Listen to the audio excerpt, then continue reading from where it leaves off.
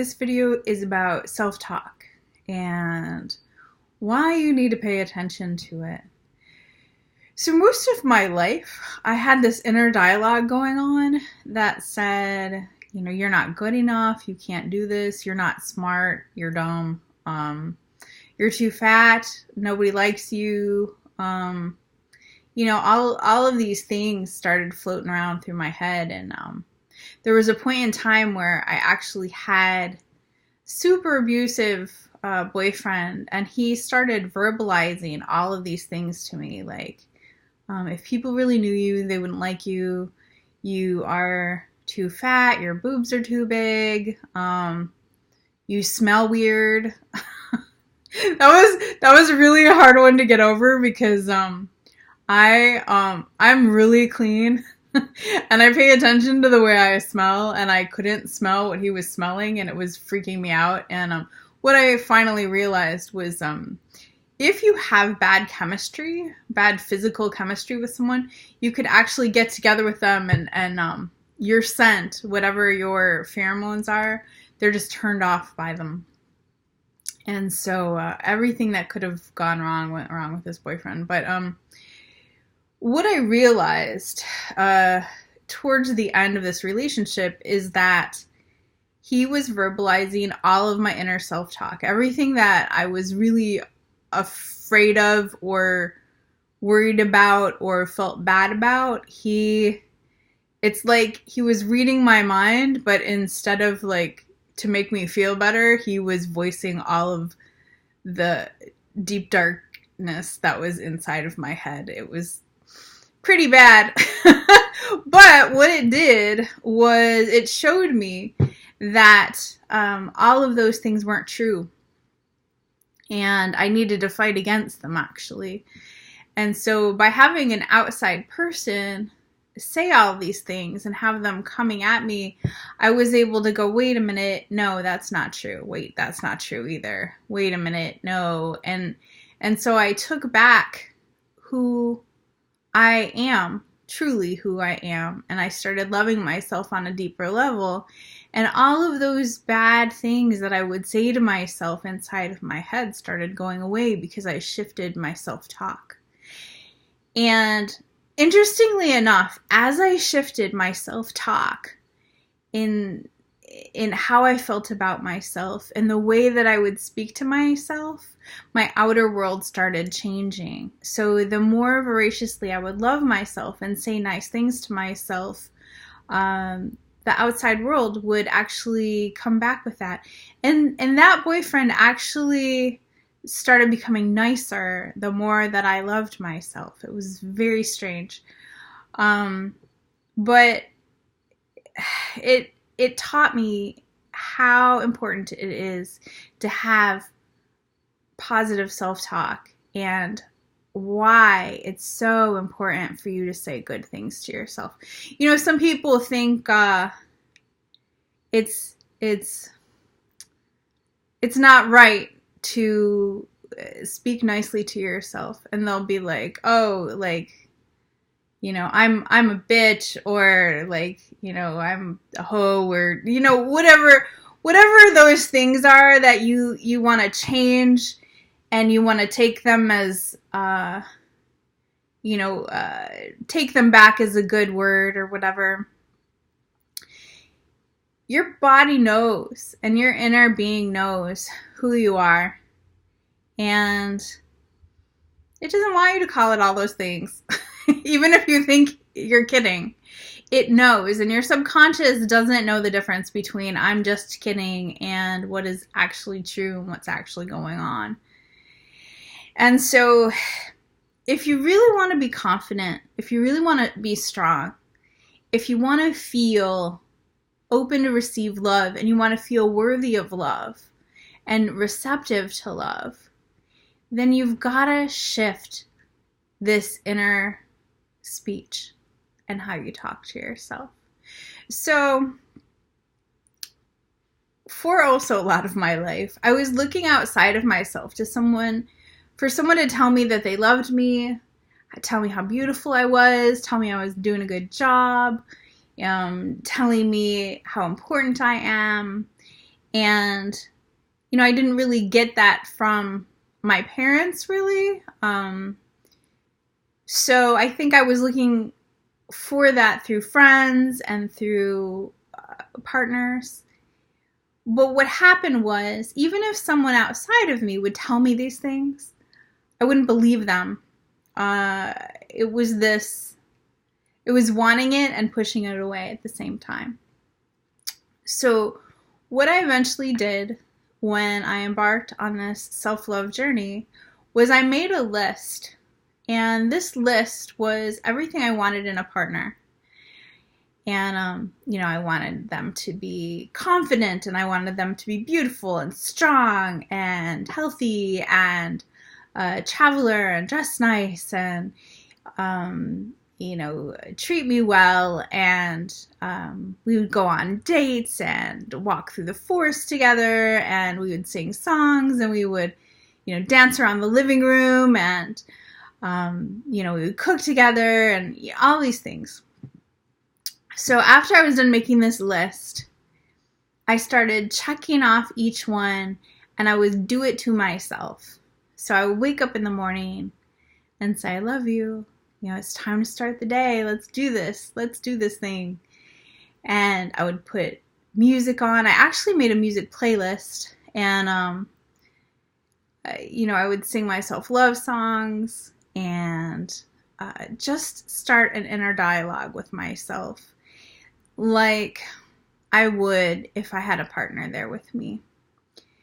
And so as I did this, as I started talking to myself as my best friend, as a partner, things started to shift and change. I stopped looking for outside people to validate me or to give me love or acceptance or whatever. I found it inside of myself. So if I felt lonely or sad, I would tune into my body and I'd say, hey, what's going on? You're safe, you're loved, I love you. Everything's gonna be okay. And that's when I realized, this body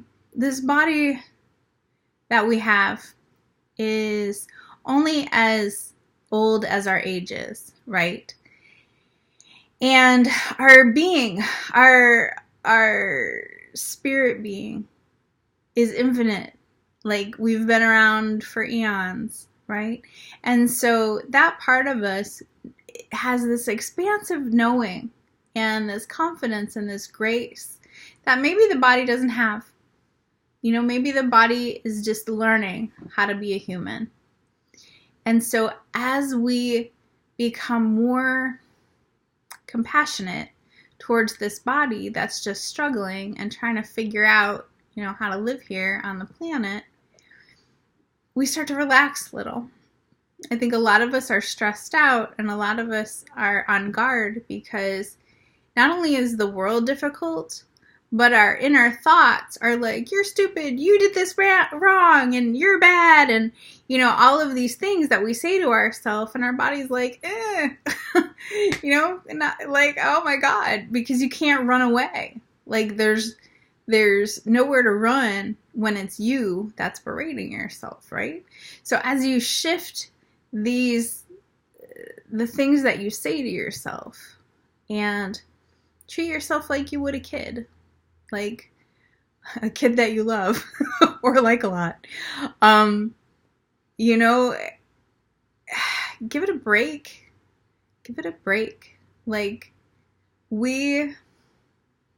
We're so hard on our bodies. If a part of our body hurts, we're like, damn it, you hurt. And I'm mad at you for hurting. And the body's like, come on, dude. I'm beating your heart. I'm like the lungs are breathing. There's blood pumping. I'm keeping you alive. And you're getting mad at me for these pains. And a lot of times the pains are actually places that we've neglected in our body, and our body's trying to get our attention so that we can be more present in that place. And so it's a different way of thinking about things, right? Thinking of our body as our friend and not our enemy. And when we're sick, or if you have maybe some sort of disease or something where your body is not functioning properly at full capacity, a lot of times we feel like our body's our enemy. And what I want you to know is that your body's trying its hardest to keep you alive. And so if you're an ally to your body, if you can tune into your body and give it love and put your presence there and your love there, miracles can happen. We'll go all the way back to Jesus times. Like, Jesus healed people because he saw them as beautiful and perfect, and he didn't see their disease. He saw their perfection. And so that's the same as what you have to do for your own body. Don't look for the flaws. Don't constantly be looking for what's wrong. Celebrate your body and say, hey, thank you so much. Give gratitude to this body that's keeping you alive, that allows you to be here this lifetime. This body is your soulmate. It's the perfect mate for your soul. So be present with it and love it. And, if there's a pain in your body, move into the pain and just settle into it and breathe into it and send it as much love as possible. And say to it, hey, I know you're hurting and I feel it hurting. And I want you to know that I love you and everything's okay. What is it that you want me to know? And move deeper into that pain. I think when we have pain in our body, our tendency is to run away and take off. But the pain is actually wanting us to become more deeply connected in that space. And so as you move into the places that are hurting, that feel painful, that feel sad, that feel lonely, emotions and pain are very similar.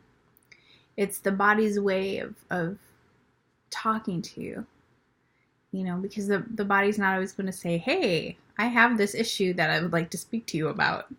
The body's going to speak to you in emotions, or the body's going to speak to you in sensations.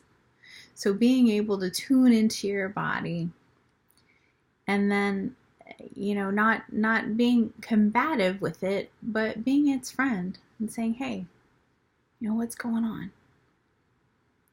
How can I love you more? What do you want me to know? It's really interesting. What I realized a while ago, I battled with a lot of depression and a lot of sadness most of my life. And fear of everything. Fear and sadness. And it wouldn't go. It wouldn't go away. And when I started paying attention to my body and talking to my body, what I realized is when I felt sad, it was actually my body's way of asking me to pay attention to it. Because I would feel sad and I would ask a partner or ask a friend to hang out with me or to give me attention. And maybe that would last a little bit, but it was never enough. It was never enough. I was always demanding more attention. I was always demanding more love. And I never felt filled up. I never felt content. And what I realized was that the sadness was my body's way of asking for my presence and for attention from me. And it was basically saying, hey, you're paying attention to all these other people. When's it going to be my turn? I think a lot of people in relationships, they're like, oh, to their partner, oh, you're so busy. When's it going to be my turn, for you to pay attention to me? But that actual feeling is us not being present with us. And what's super interesting is that if your partner's not paying attention to you, chances are you're not paying attention to yourself. And then once you take a lot of self-love time and pay more attention to yourself and give yourself that love, your partner will probably want to spend more time with you and want to pay more attention to you. Because it's the law of attraction, right? You become magnetic to what you are and who you are. And if you are in a space of no one's paying attention to me and you're not paying attention to yourself, that's what you're going to attract in. But if you're paying a lot of attention to yourself, if you're giving yourself love, if you're filling yourself up, if you're giving yourself what you need, that will be what you magnetize to you. You know, and a lot of people don't understand that in the self-love world. I struggled with self-love a lot. A lot. And people would just say, well, just love yourself, right? And that was so frustrating because I'm like, how do you? Tell me. What are the steps? And so this is why I created this series, because it's not really that easy. It's not really that easy. But I'm going to share with you the things that I do to get to know myself, to get to know this body. And so this self, when you ask, like, what is the self? Like, what is yourself? If you want to get philosophical about it. And the way that I come to it, and the way that seems most helpful to me, is to kind of split myself into the part of me that knows everything, right? The part of me that's connected to source, divine source, God, and that part of me that's eternal. And then there's my body. So the body only lasts for a lifetime, right? But our spirit's eternal. And this body is the one that needs the love. Your eternal spirit, it knows that it's always love and it's part of the all, and that it's always connected, you know? But this body doesn't always know that. It is oftentimes scared. It's oftentimes lonely. It needs our love and attention. And this is a fabulous point. So when you feel clingy, when you feel needy, when you feel like, oh my God, I just need somebody here. I just need a hug. I just need whatever it is that you need. When you're in that grasping, it's time to go within. And I know it sounds counterintuitive and you think, God, if I could just have that hug, everything would be better. And sometimes it is. Sometimes you can just call in that hug and that person makes it all better and you're like, yes. But that's not always possible. And it's not always sustainable because you're looking outside of yourself to feel better from an outside source. And that person has to be there whenever you need them to give you a hug, whenever you feel like you need something or you want something or, you're not feeling whole or grounded or complete. And so this is why we need to love ourselves and tune in. And people get super resistant to this. And I know I did. I'm like, damn it, I just want to fall in love and have a partner and have them love me. And then I would be awesome, right? But it doesn't always work that way. I've had partners and still felt sad and still felt lonely. And so what is it that we need to do? We need to treat our body like we want a partner to treat us.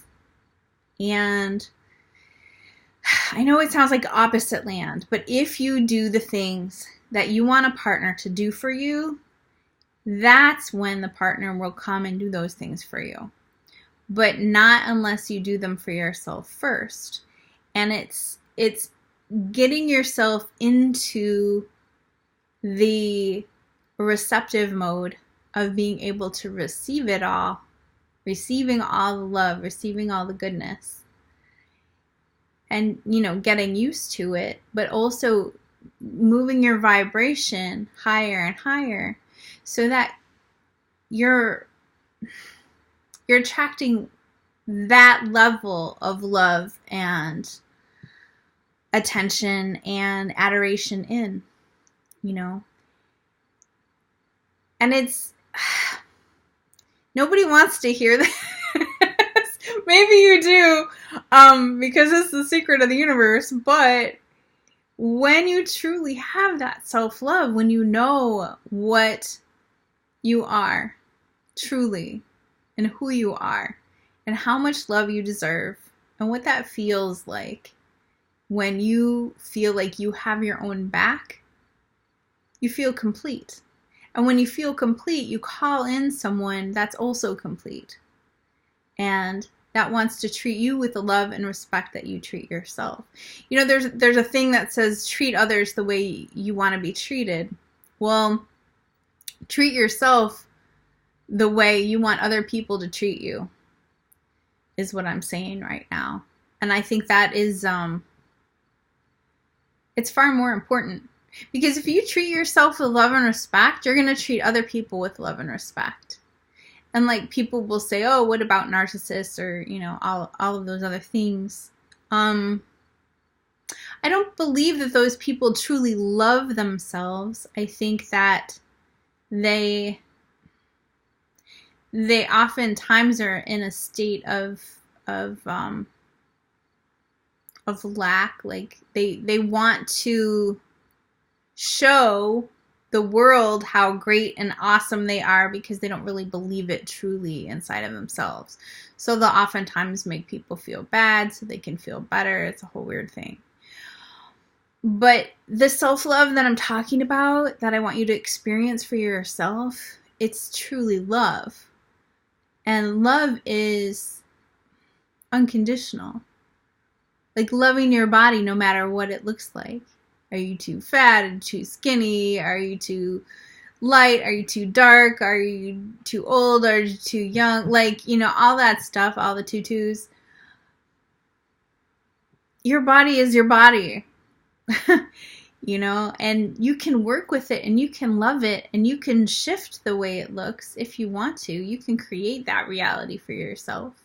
But if it's showing up right now in a way that you don't want, you created it. And you can create it a different way, But you've got to love it the way it is right now. And treat it with love and honor and respect with the words that you say to it, And then you'll be able to take compliments. Like if somebody tells you you're beautiful, that might sit differently with you if you already tell yourself that you're beautiful. You won't. It's kind of interesting because I love and accept myself the way I am. It's less important to me what other people say to me about me, because what I realize is that everybody is seeing me through their own filter of their own self-love anyway. So they could say, "Hey, you're beautiful," or "Hey, you're ugly." But it's really the way that they see themselves through me as a mirror. And it's kind of weird. but accurate, I found. So it's a lot easier to be with people who love and accept themselves, right? Because they see you with that love and acceptance. But even if somebody is angry at me or sees me as bad or whatever, I just kind of see them and how they feel about themselves. And that's why I have a lot of compassion for them, because it's never about the other person. You know what I mean? Like what they have to say about me. What is the best line is what other people think of me is none of my business. And what I think of me is really the most important. And so if you have negative self-talk going on, I want you to really look at that and start to shift it and start treating this body like you would a best friend or, a little, maybe a son or daughter that you love fully and completely. And treat it with love and treat it gently and start shifting it and tell it it's doing a good job. Like, my inner self-talk right now is, I love you. I love you. Everything's going to be okay. You're doing a good job. And you can tell yourself this.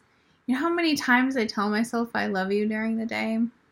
And it ups it ups an amplification if I'm having a stressful day.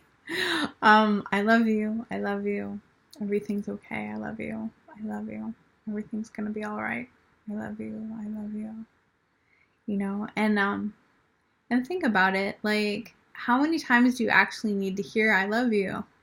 And if it's a lot, start telling yourself that. And you won't need it from a partner so much. And you'll call it in. You'll call in that love for yourself. But it's got to start with you, and it's got to start with your self-talk and the way that you treat yourself. So I hope this was helpful. And I will see you in the next video. Love yourself.